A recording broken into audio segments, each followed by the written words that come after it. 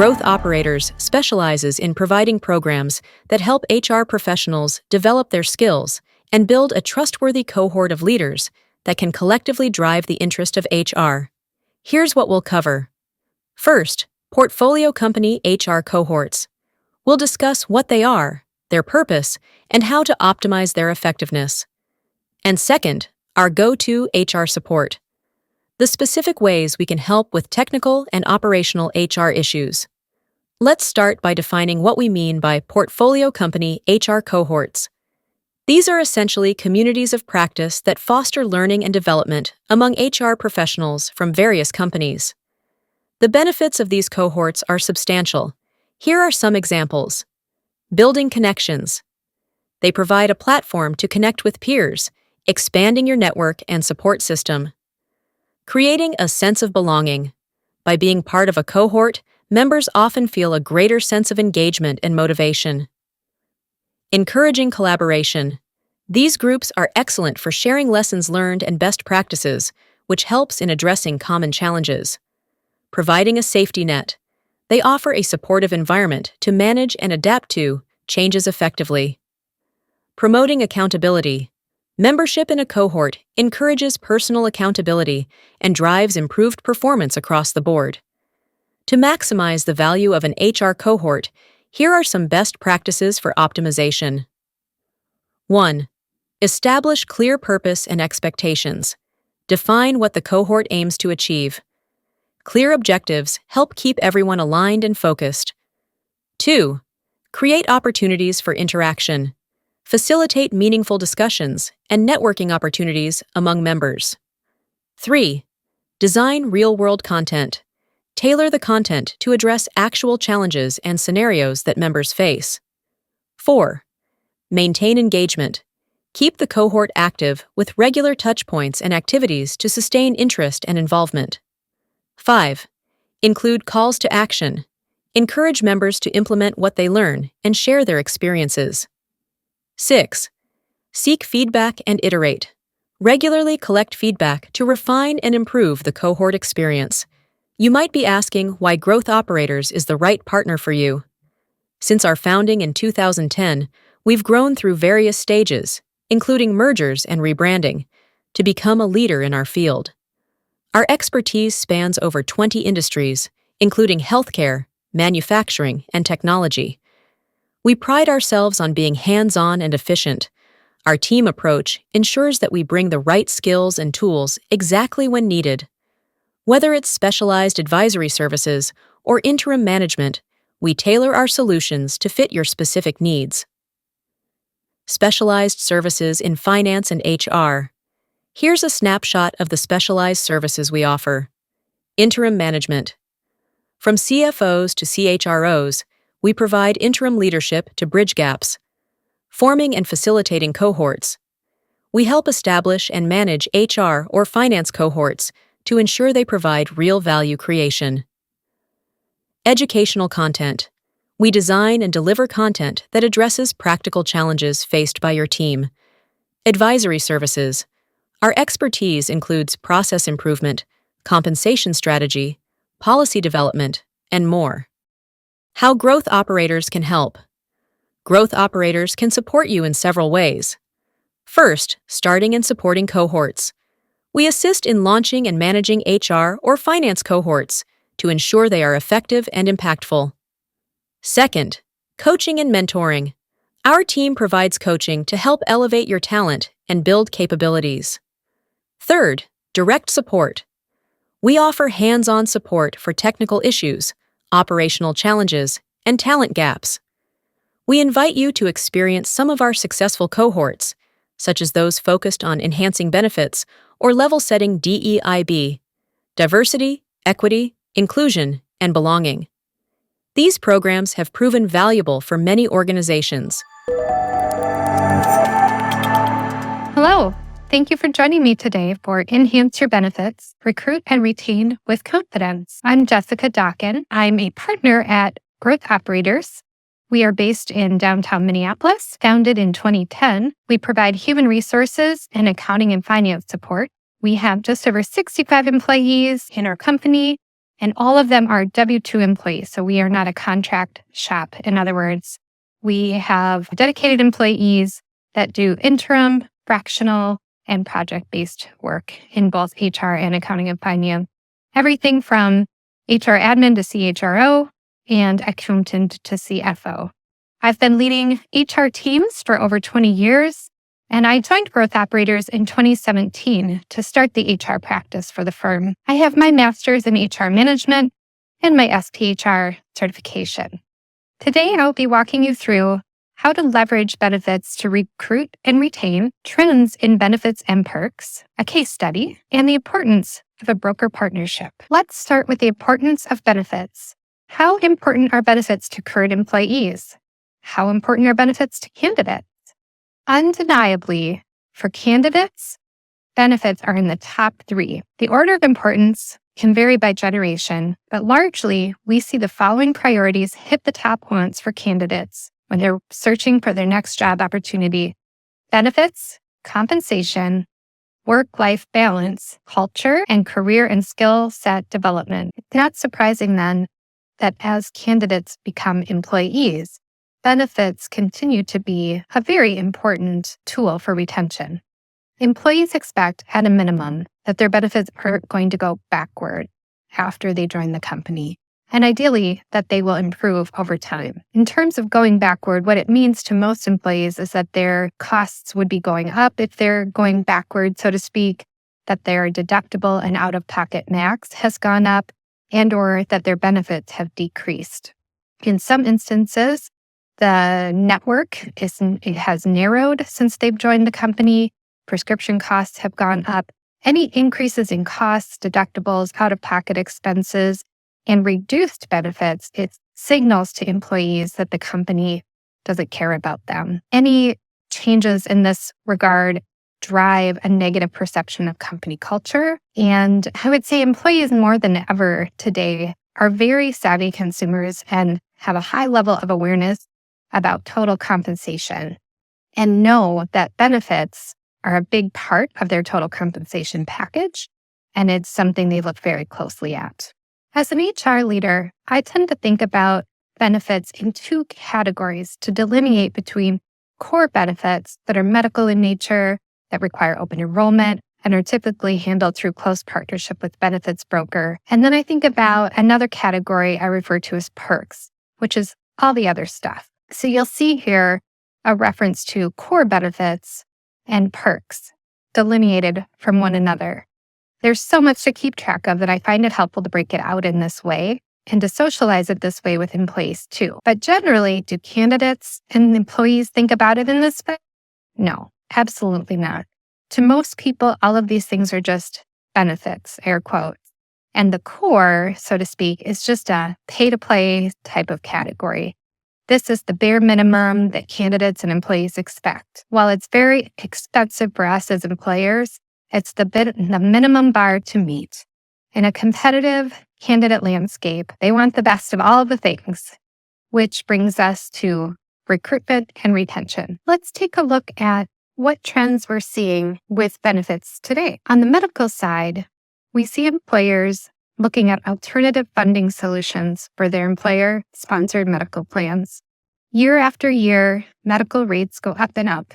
So employers are struggling to figure out how to bring those costs down. One way employers are trying to do this is through creative funding mechanisms for their plans. CRES, as an example, doing level self-funded plans, captives, direct access type programs, unique provider arrangements, bundling, if you will, the medical and prescription coverage for employees, and looking at unique solutions for providing that coverage. On the dental side, you often see 2 dental plans offered, one with and one without ortho, in an effort to bring costs down, but also make sure that employees have the coverage that they indeed want to have without paying additional for unnecessary coverage. So a couple of trends there to share on the medical and dental front. Then if we look at trends in perks, we're seeing a lot more flexible PTO in place of accrual type programs or unlimited PTO. We're seeing increased parental leave programs, full week off between Christmas and New Year's, increases in charitable match, some home office setup money for those environments where employees are working remotely, monthly cell phone and Wi-Fi reimbursement, medical travel reimbursement, and wellness reimbursement. These are really common perks we're seeing in the workplace today. And for employers who are not offering these things, it may look to a candidate or an employee like they're a bit behind the times. Let's take a look at a case study example. I was the fractional head of HR for Meat Eater for 2 years. And during that time, we undertook a concerted effort to reevaluate our core benefit, and perk offerings. Naturally, we had a budget within which to work. There is a limit to what we as HR people and executives can do, but we wanted to create benefits and perks that aligned with the mission and vision of our organization. One way in which we did this was by building in an outdoor activity component of our annual bonus plan that was tied to an individual's pursuit in the outdoors, a goal that they set for themselves that really tied to the ethos of what the company is about. We provided employee store discounts, and in doing so, employees often wore our branded merchandise, which is a form of advertising for the company, so that's a win. As a company that encourages employees to be in the outdoors and experience the outdoors, we felt that it was important to provide them with reimbursement on hunting and fishing tags. So we implemented an up to $100 a year reimbursement program, parental leave for 8 weeks, stock options for new hires, so everyone has a stake in the company, holiday break, charitable match. And in this charitable match framework, we came up with 12 conservation and hunting related nonprofit organizations that we would match so that the organizations employees were donating to, again, aligned with the ethos of the company.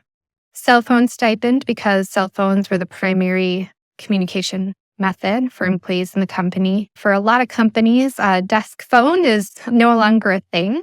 So employees find themselves using their personal phone for work. A referral bonus, partnership discounts with Friends of Meat Eater companies, and a dog-friendly office. During my time at Meat Eater, we went from offering basic core benefits to employees to a build-out of a full set of perks, giving employees a well-rounded, robust feeling around their full suite of benefits that aligned with the culture.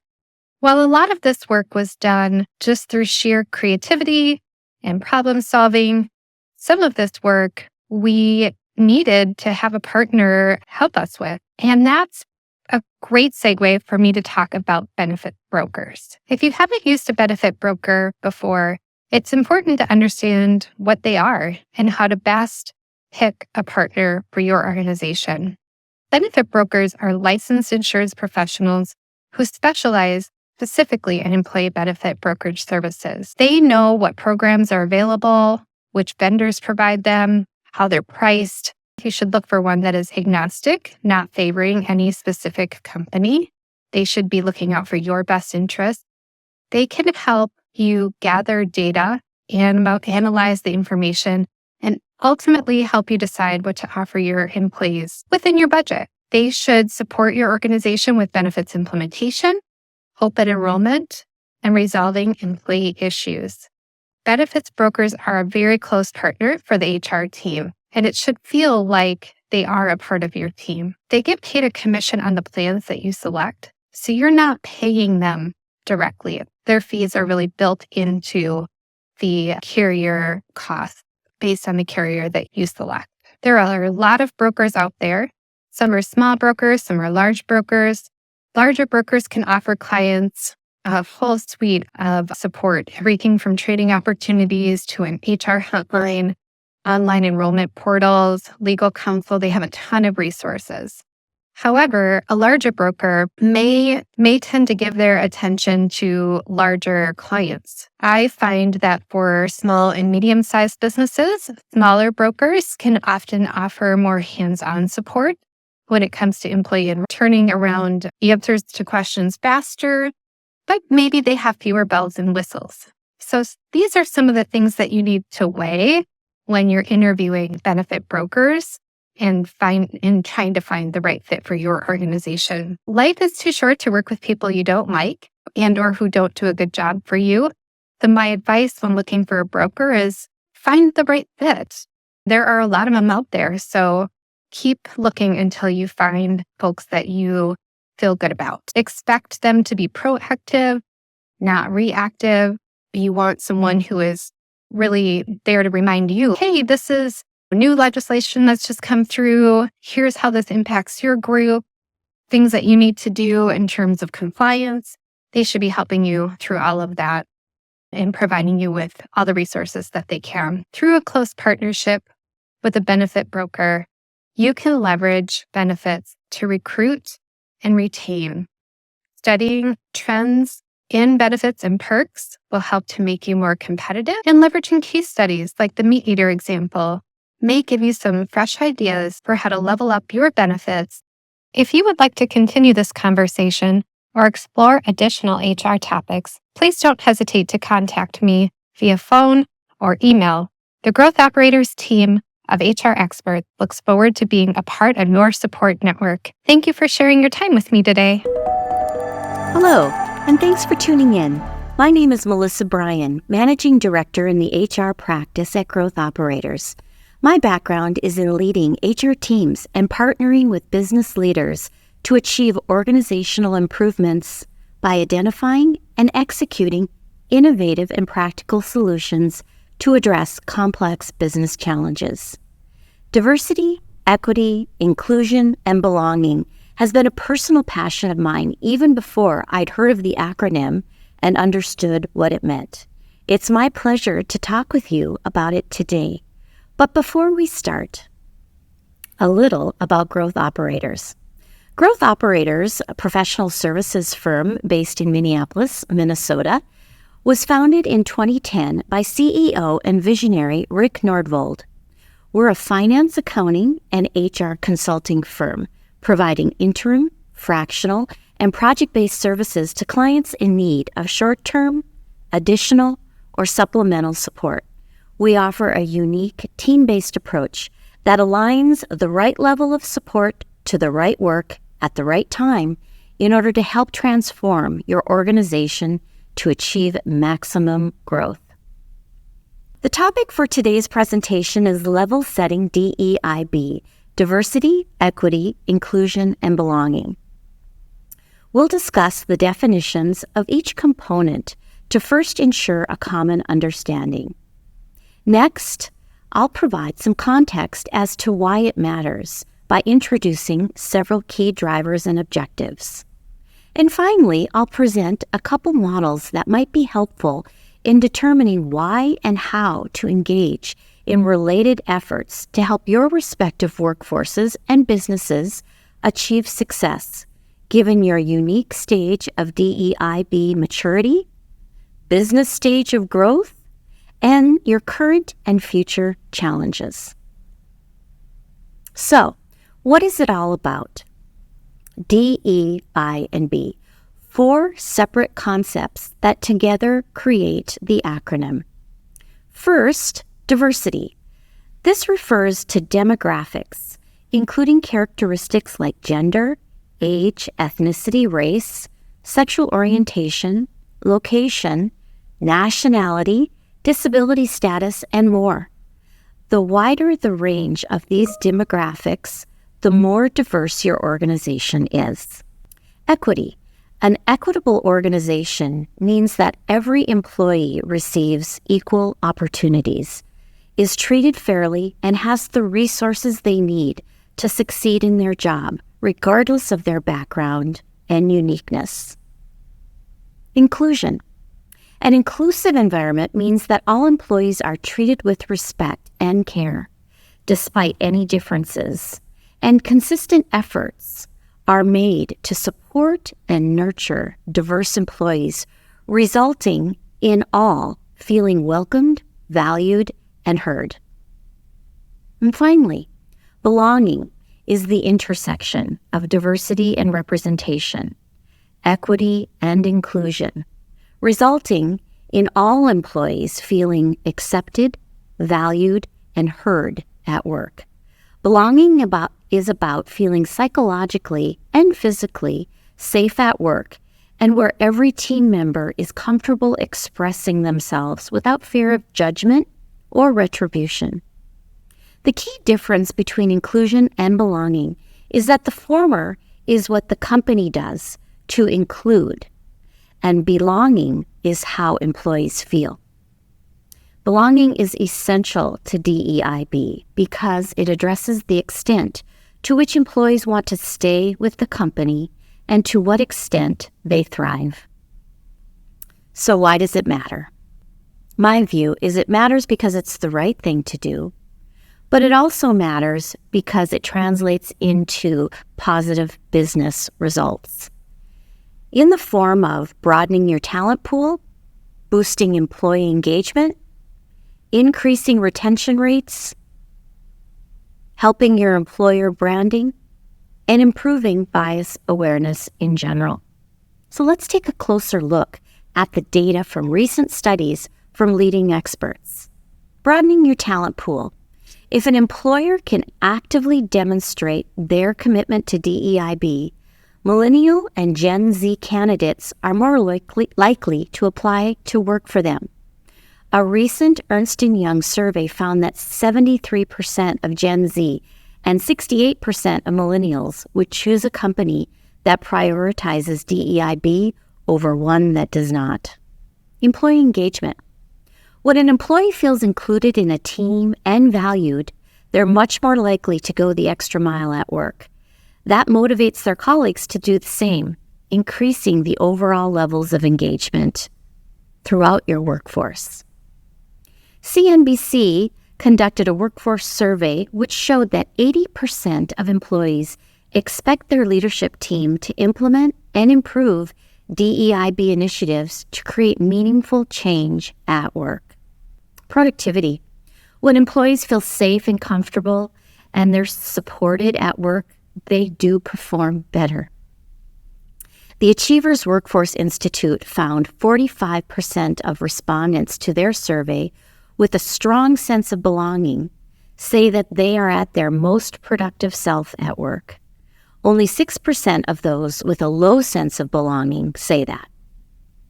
Similarly, Better Up reports that strong DEIB initiatives can result in a 56% increase in job performance and a 75% decrease in sick days.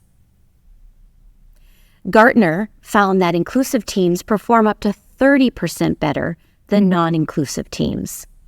And a recent McKinsey study showed that companies in the top quartile for diversity are 36% more likely to outperform their industry's median's financial returns. Retention. Achievers Workforce Institute found that 40% of respondents with a strong sense of belonging rarely think about looking for a job elsewhere, versus 5% of respondents with a low sense of belonging. Better Up found that DEIB initiatives can lead to a 50% reduction in turnover risk. Employer branding. 51% of respondents with a strong sense of belonging would recommend their company as a great place to work, versus 4% of those with a low sense of belonging. And DEIB initiatives can lead to a 167% increase in employee net promoter score, or the extent to which an employee will promote their company to their family and friends. And finally, bias awareness. Implementing DEIB initiatives in the workplace helps make everyone more aware of unconscious bias, whether it's during the recruitment process, when giving raises and promotions, in performance reviews, and more. If we can understand it, we can manage it. So where to start and end? DEIB discussion and efforts have been around for several years, ebbing and flowing in focus through time, commonly in response to social justice issues, like the aftermath of George Floyd's murder in 2020. But many companies find their focus and efforts just beginning, or struggling to take hold, or even declining, and wonder why.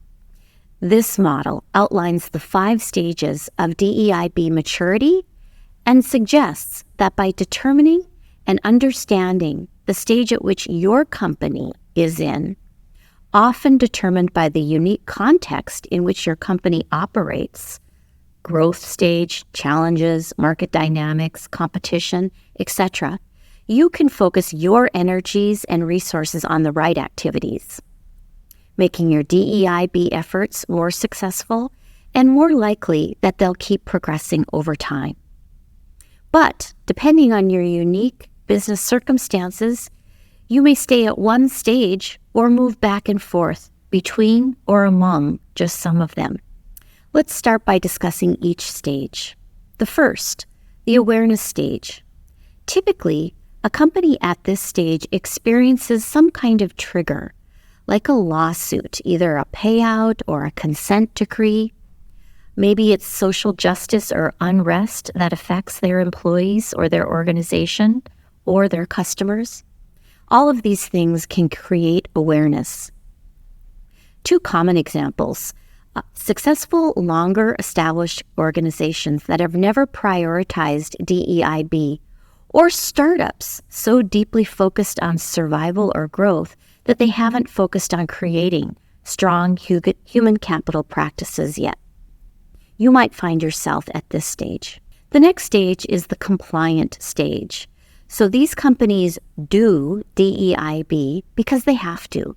They're required to meet industry and government requirements for diversity, like EEOC laws, or may have agreed to certain settlement terms of DEI-related lawsuits. Some companies might pursue voluntary compliance by comparing their DEI goals with those of competitors. Perhaps your company is at this stage. The next is tactical, or the tactical stage. Companies at this stage have moved beyond the compliance stage and are engaged in executing their own DEIB initiatives, which tend to be more bottoms-up or grassroots efforts. Companies at this stage are formulating their DEIB strategy and trying to change their culture, often through uncoordinated and grassroots efforts by employee resource groups, individual teams, and individual managers, who are acting more autonomously and less dependent on top-down. Improving DEIB is infiltrating individual, group, and organizational thought and decision-making. But a strategic DEIB strategy that drives the whole business is still lacking. Next is the integrated stage. Companies in this stage can truly say DEIB is a part of what we do. They have aligned internal and external efforts and connected top-to-down and bottom-up efforts. It has reached the integrated stage. An integrated organization has defined its DEIB strategy, developed a culture of inclusion, and taken a close look at the impacts of discrimination and inequity across its internal and external stakeholders, seeking to address those challenges. And finally, the next stage is sustainable. DEIB is encoded in the way that the company works, so that it persists beyond leadership changes, economic challenges, or the current market cycle. The company at this stage has built programming that removes the burden of continuing the drumbeat for DEIB from the shoulders of people in underrepresented communities themselves. Companies at this stage challenge the status quo and do things that simply weren't done before. They also regularly evaluate the effectiveness of what they're trying to do and its impact on their people and the business overall. So where to start and end? Once you identify where your company is in the model, you'll have a better understanding on what to focus. At the various stages, which by definition are not linear, you can ask yourself these questions. At the awareness stage, questions to ask are, what does DEIB even mean to us? What are we trying to address and accomplish? For example, is it diversity of our workforce that we're trying to achieve? Is it having a better relationship with our community? Is it about building a more inclusive culture? Or is it about fixing our brand's reputation? Just what? At the compliance stage, you can ask, what rules and regulations are we subject to? How do we ensure that we do what is required? A third of all companies, according to Slack's Future Forum 2022 survey, fall into this category. And it's foundational to spark next levels of maturity. In other words, get the basics right first. However, many companies do remain at this stage, which may or may not make sense, given your company's unique dynamics and stage of growth. At the tactical stage, questions to ask are, where can we set goals that are bigger than our compliance targets? How can DEI help us to meet our goals? Achieving this stage can be challenging because it requires the wholehearted buy-in of senior executives and managers who may never have experienced the kinds of discrimination, inequities, exclusion of others to support the efforts. DEIB efforts at this stage are directly linked to your organization's specific mission, values, and goals with the intent to leverage those efforts to achieve your success. At the integrated stage, we ask the questions, what's our strategy? Where do we need to standardize across teams, across managers? How can we connect DEIB work up and down the organization? What is our full sphere of influence, both internally and externally? Reaching this level requires humility and experimentation to learn what works and what doesn't. Leaders of companies with long-standing and celebrated DEIB programs must be modest enough to change course if what they are doing isn't working, but to continue to iterate, and not give up. Finally, at the sustainable stage, the questions at this stage are, what systems and structures do we need to create and continuously evolve?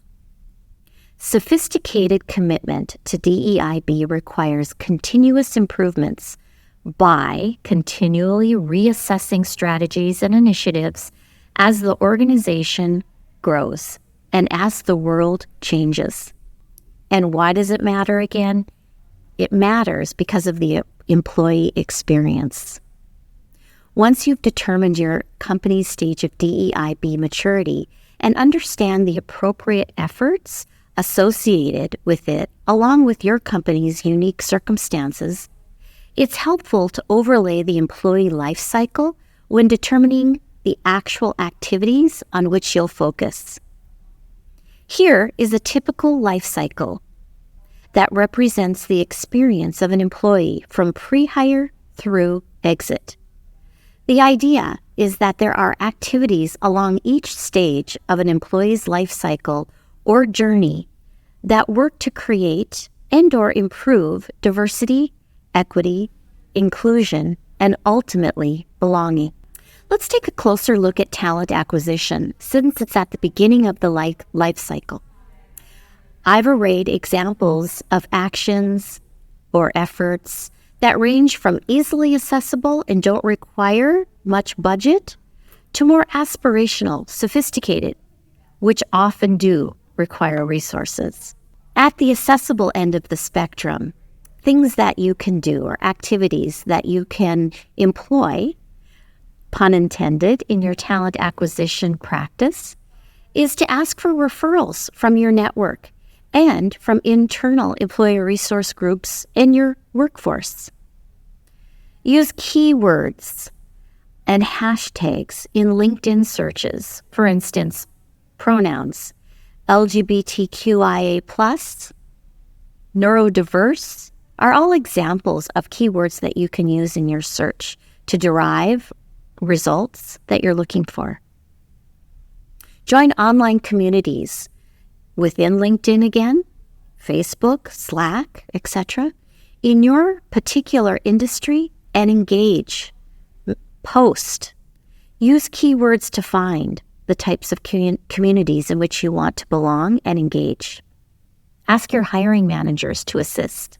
Engage with targeted chambers of commerce, HBCUs, professional associations, all of whom have the type of audience that you're looking to tap into.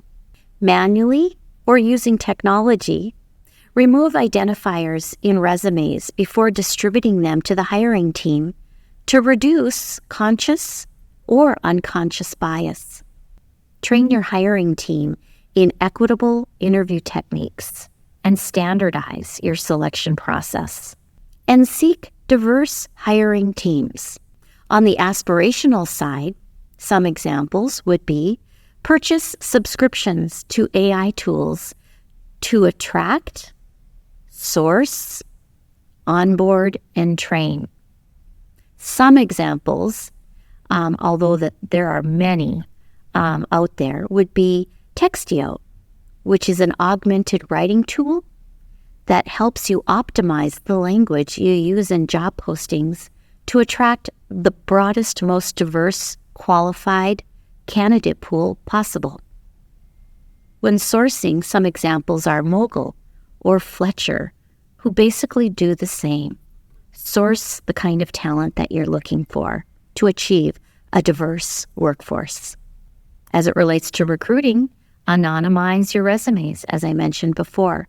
And there are tools out there that can do it for you if you don't want to do it manually. Spend marketing money to post jobs on DEI dedicated job boards or attend relevant job fairs.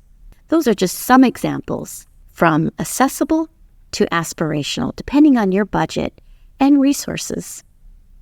In summary, we've discussed the components, definitions, and distinctions of DEIB: